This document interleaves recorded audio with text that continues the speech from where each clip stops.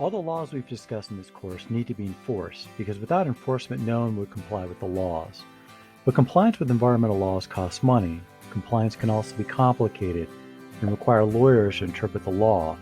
And then there's always some uncertainty around the specifics of the law, as this course has taught you.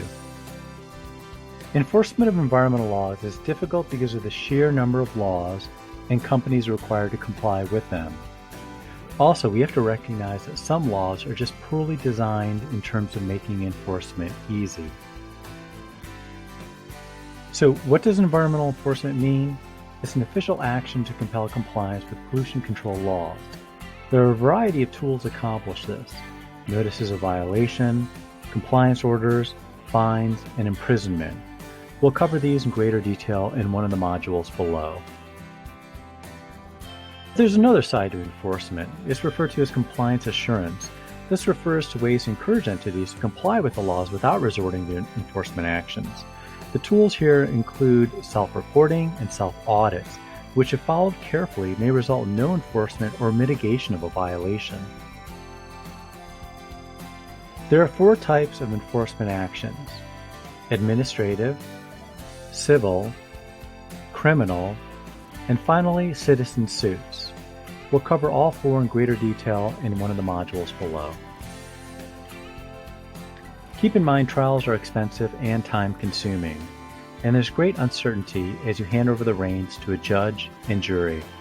Therefore, more than 95% of environmental enforcement cases are resolved through settlements. I should also note that enforcement tends to ebb and flow depending on the political party in power. When anti-regulatory people are in power, EPA is much more likely to emphasize compliance assurance and assistance and not enforcement.